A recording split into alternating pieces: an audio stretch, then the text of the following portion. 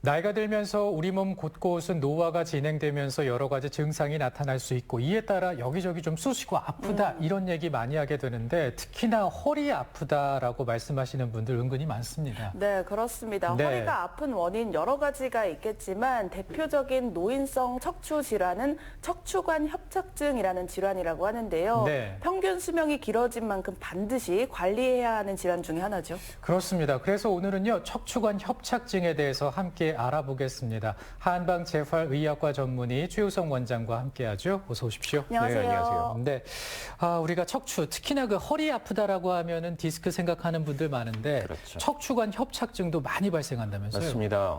저는 이제 척추를 전문으로 보는 병원에 근무를 하고 있는데요. 네.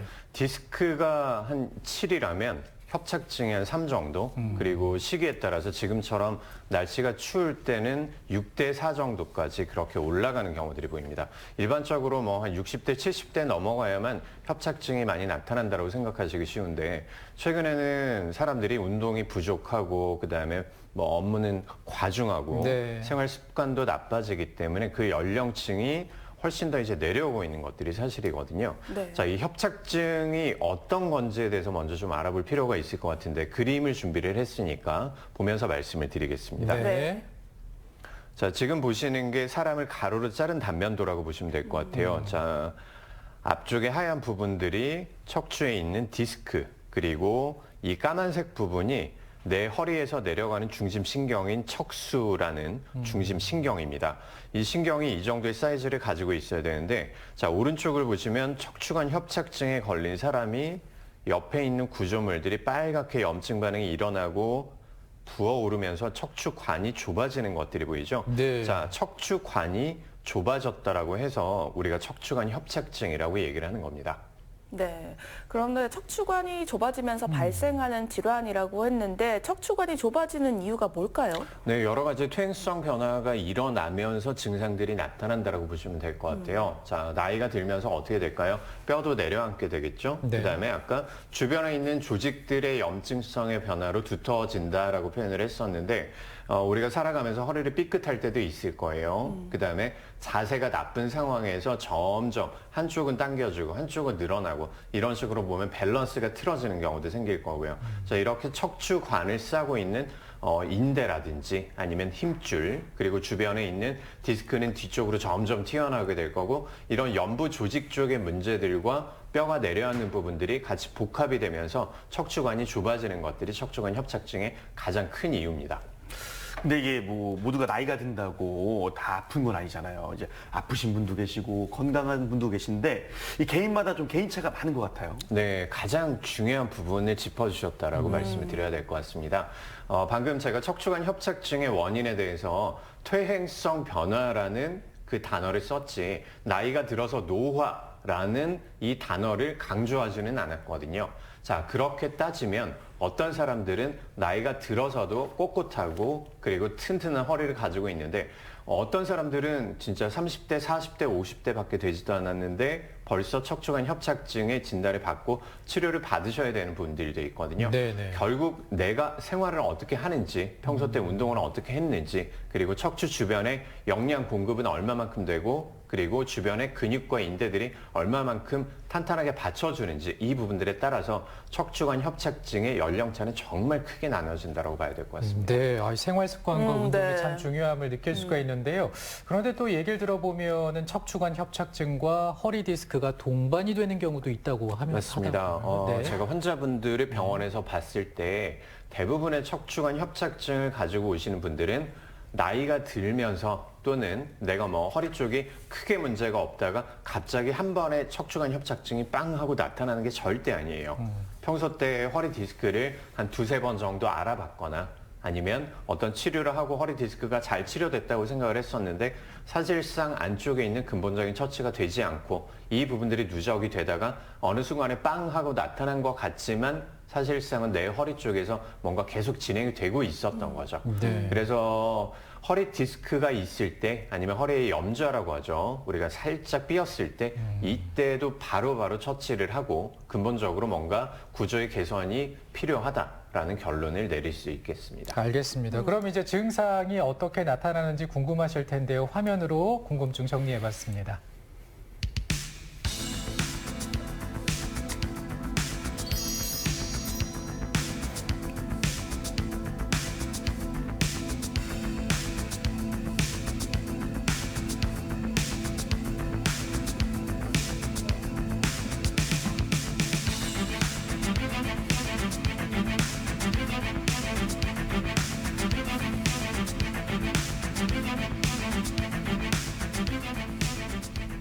네, 지금처럼 날씨가 추워지고 그리고 온도가 내려가면서 또 비가 오는 이런 상황들이 됐을 때 허리 쪽으로 통증을 느끼시는 분들이 훨씬 더 많아지시죠.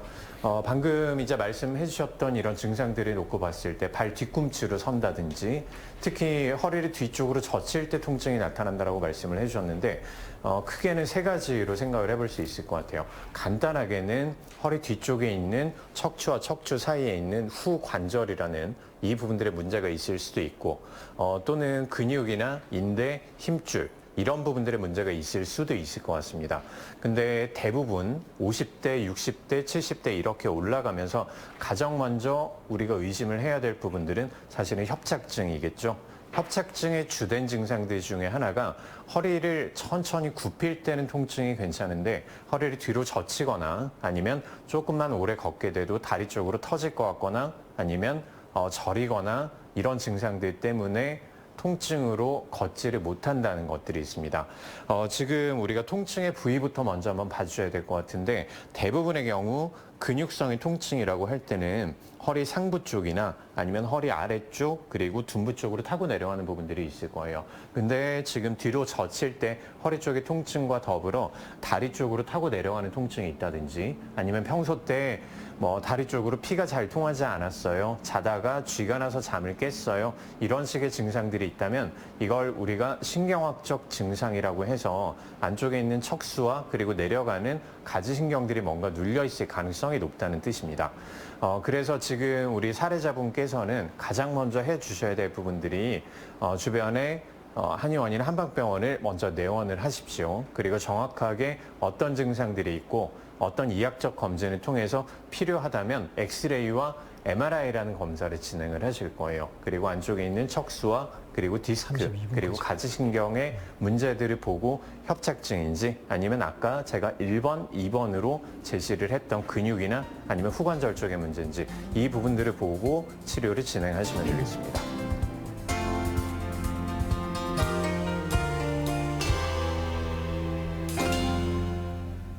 네, 환자의 궁금증 화면으로 만나보고 왔습니다. 네. 그런데 허리와 다리 통증은 워낙 많이 발생하고 또 중년 이후에 이런 증상들이 잘 나타나기 때문에 정확한 진단이 무엇보다 중요할 것 같은데요.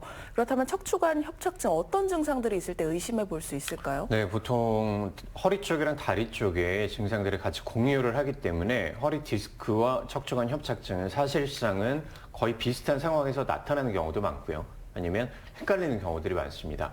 제가 도표로 정리를 했는데 서로 비교를 하면서 말씀을 드리겠습니다. 네.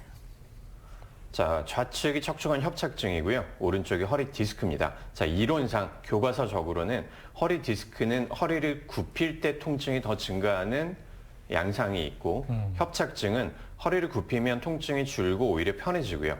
그다음에 뒤로 젖힐 때 통증이 나타난다라고 말씀을 하시는데 임상에서 봤을 때 100% 일치하지는 않아요. 근데 규칙성을 찾아봤을 때 허리 디스크는 허리를 굽힐 때도 아프고 뒤로 젖힐 때도 통증이 나타나는 게 대부분입니다. 어떤 상태에서 허리를 돌리거나 아니면 굽혔다 펴는 모든 동작에서 통증을 느끼게 되기 때문에 일반적으로 일상생활에 정말 큰 그런 지장을 가지고 오게 되고요. 척추관 협착증은 초반에는 방금 말씀드렸던 것처럼 앉았다 일어설 때라든지 허리를 펼 때 그리고 굽힐 때 모든 상황들에서 다 통증이 나타나지만 시일이 지나갈수록 허리가 점점 굽어지면서 허리를 뒤로 젖힐 때만 통증이 나타난다는 특징적인 증상들이 있어요. 그래서 보통 본인은 인지를 잘 못하죠. 옆에 분들이, 가족분들이 허리를 점점 굽어지는 부분들을 보고 엄마 요새 왜 이렇게 허리를 굽히고 걸어? 허리 한번 꼿꼿하게 펴봐.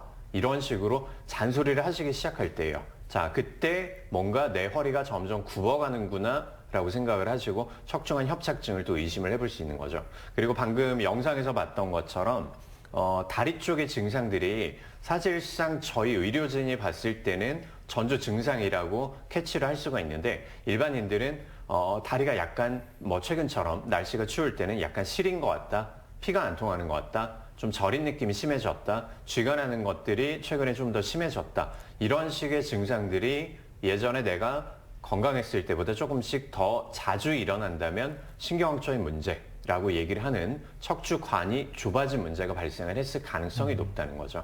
그래서 허리가 점점 굽어지는 것 같다, 주변 사람들이 보고 지적을 한다, 또는 다리 쪽의 증상들이 저리거나 시리거나 아니면 피가 통하지 않는 것 같다, 이런 두 가지의 증상들을 복합적으로 가지고 있을 때는 척추관 협착증을 의심을 해볼 수 있습니다. 네.